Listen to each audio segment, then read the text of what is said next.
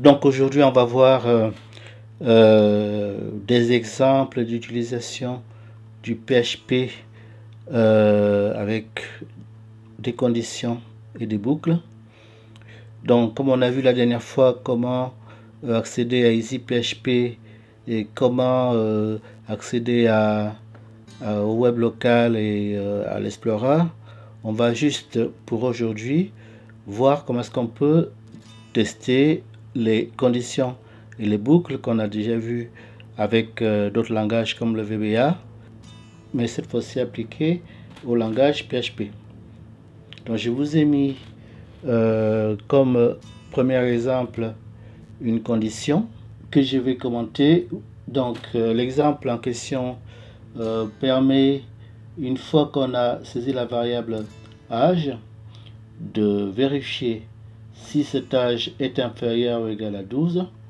À partir du moment où l'âge est inférieur ou égal à 12, on affichera salut gamin.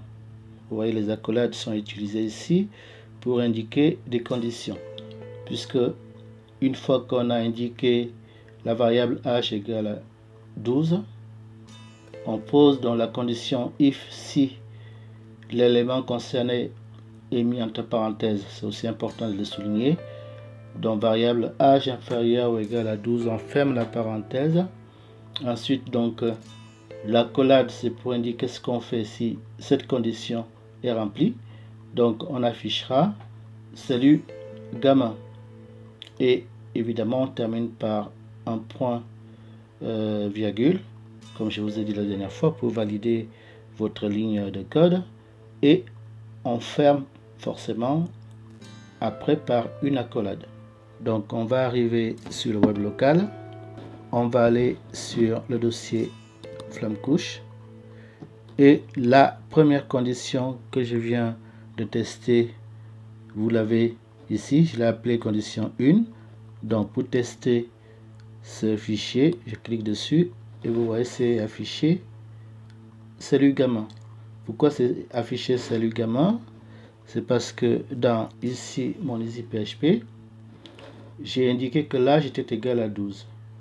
Et si l'âge est inférieur ou égal à 12, le texte qu'on devrait avoir affiché, c'est salut gamin. Donc notre condition est bien respectée. Condition suivante, toujours un exemple pour voir le fonctionnement donc des conditions.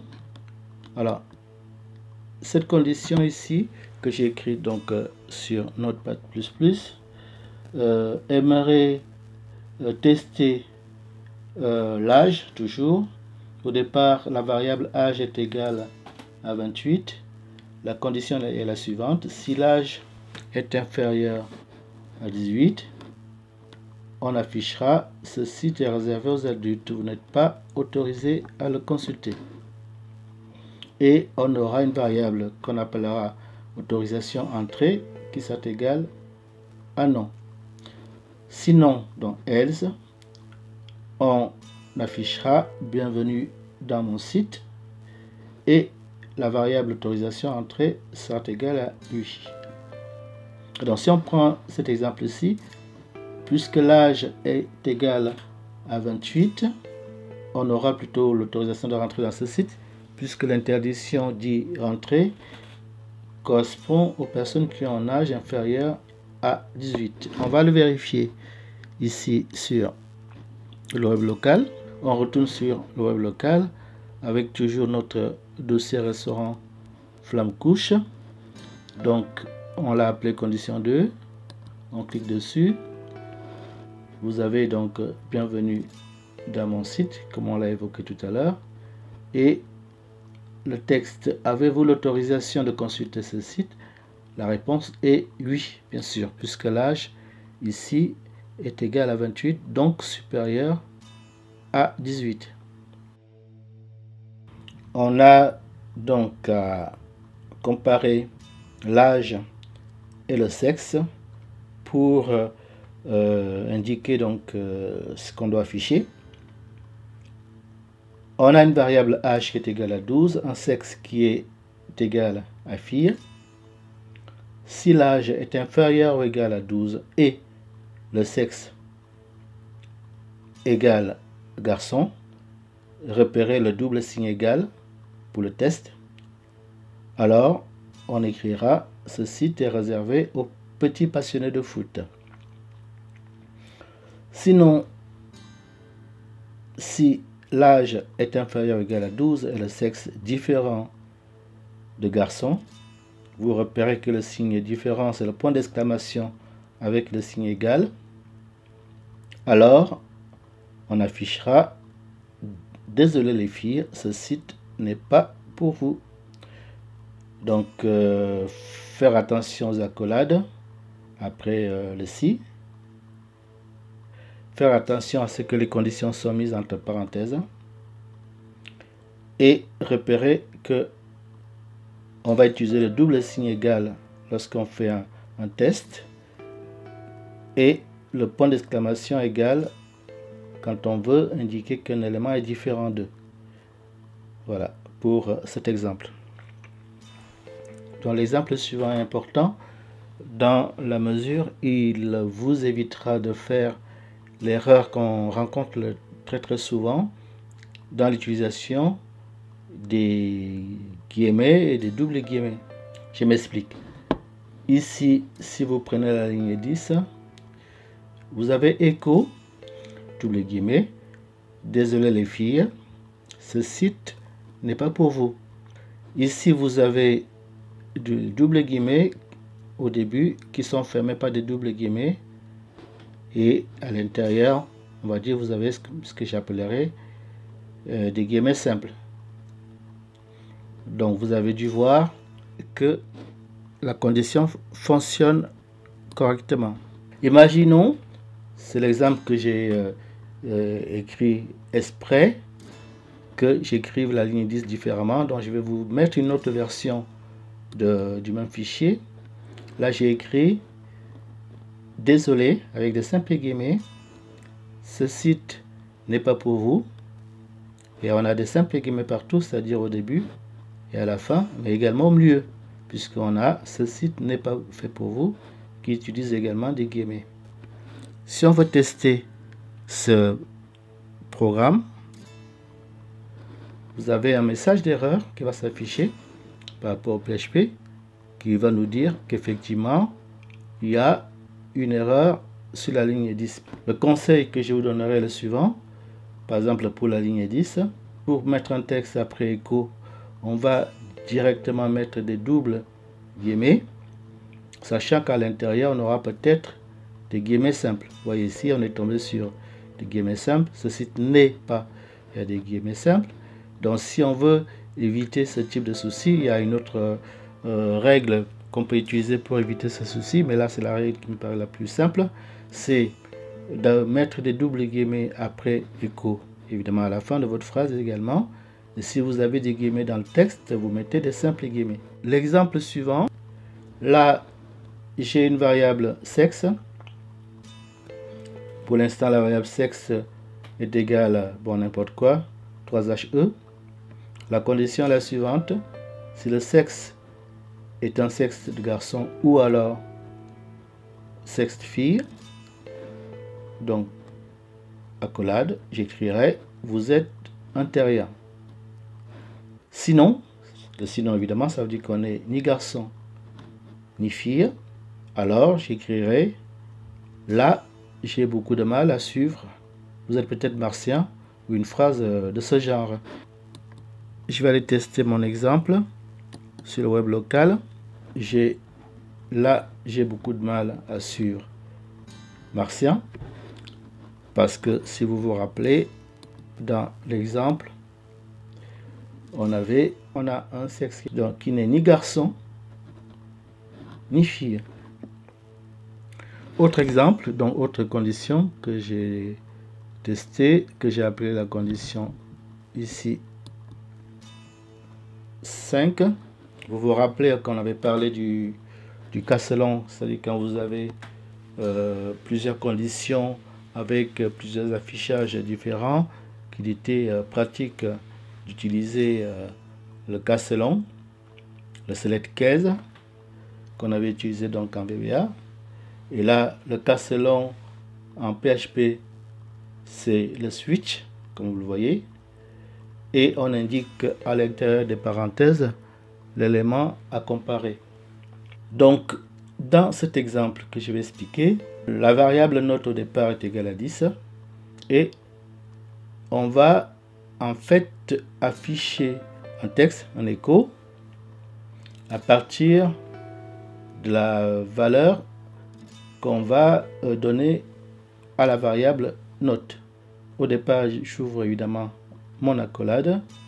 Premier cas, case 0, c'est-à-dire que si la note est égale à 0, qu'est-ce que j'écris? Bon, j'écrirai « Tu es vraiment trop nul ». Allez, on reprend tout. Point virgule.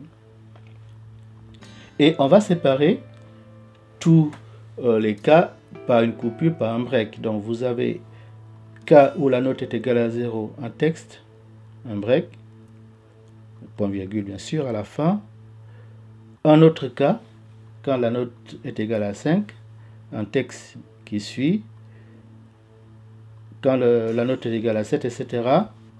Et le défaut que vous avez à la fin, c'est pour toutes les notes qui n'ont pas été citées, ça veut dire une note évidemment supérieure à 20, ou une note inférieure à 0. Tous les cas non évoqués vont sur défaut. Et dans ce cas, le texte qu'on écrira, c'est « Je n'ai pas d'appréciation pour cette note ». Donc voilà l'utilisation du cas selon qu'on avait vu dans les algorithmes, qu'on avait vu en VBA. Voilà comment c'est appliqué ici en PHP. Et on verra que c'est à peu près la même chose avec le JavaScript. Chaque cas, un affichage et un break pour séparer les différents cas. On va aller tester ceci sur le web local. Là, on a comme résultat du test, tu as pile poil la moyenne. C'est un peu juste. Pourquoi? Parce que si on revient sur le Notepad++ avec les lignes de code, on est parti sur la variable note égale 10. Donc ici, le programme va juste indiquer qu'est-ce qui se passe si on a donné cette valeur-là à la variable note. Et comme la note est égale à 10, et que si vous prenez les cas, c'est-à-dire en ligne 14, lorsque la note est égale à 10, le texte à afficher, vous l'avez ici, c'est tu as pile poil la moyenne. C'est un peu juste. Maintenant, on va voir des indications sur les boucles. Donc là, on a vu les conditions qui correspondent un peu aux algorithmes alternatifs. Et là, on va voir quelques exemples au niveau surtout de la formulation. Comment est-ce qu'on peut gérer des boucles avec le PHP. Là, j'ai 3 exemples à commenter et donc à vous montrer. Je commence par celui-ci. Voilà, on a notre petit programme PHP avec une variable que j'ai appelée nombre de lignes qui au départ est égal à 1. Ce que je vais indiquer, c'est quoi? C'est que tant que le nombre de lignes est inférieur ou égal à 20, il faut que j'affiche le texte suivant. Je dois recopier cette phrase 20 fois. Ensuite, c'est important, la ligne 6, je mets nombre de lignes plus pour indiquer qu'en fait, je fais une boucle. On va voir ce que ça donne ici au niveau du web local. Lance. Et vous voyez que ma phrase, je dois recopier cette phrase 20 fois et effectivement recopier 20 fois. L'exemple suivant, le deuxième, ce qui change ceci, c'est quoi? C'est que on va afficher le numéro des boucles. Vous avez au départ la variable nombre de lignes qui est égal à 1. Tant que le nombre de lignes est inférieur ou égal à 20, donc j'afficherai. Je dois recopier cette phrase 20 fois. Après, ceci est la ligne numéro et j'indique ma variable. nombre de lignes. Or, on sait que le premier chiffre de la variable nombre de lignes est égal à 1. Donc, au premier tour, on aura évidemment ceci, la ligne numéro 1. Et après, on aura 2 jusqu'à 20. Et vous voyez ici, je dois recopier cette phrase 20 fois. Ceci est la ligne numéro 1, numéro 2, etc., etc., jusqu'à la ligne numéro 20. Autre exemple, cette fois-ci, de boucle dont on a au départ le nombre d'itérations. Donc vous avez la variable nombre de lignes. Donc pour nombre de lignes allant de 1 jusqu'à 20, puisque c'est inférieur ou égal à 20, je dois vous faire ici une itération, c'est-à-dire nombre de lignes, plus indique que de 1 à 20, je dois avoir une répétition de la même chose. Donc, qu'est-ce que je dois répéter? C'est le texte que vous avez à la ligne 4, où c'est marqué, je dois recopier cette phrase 20 fois. Ceci est la ligne numéro, donc vous voyez que ça correspond à l'exemple précédent, sauf que là, c'est écrit différemment dans la mesure où on a utilisé le pour et le fin pour.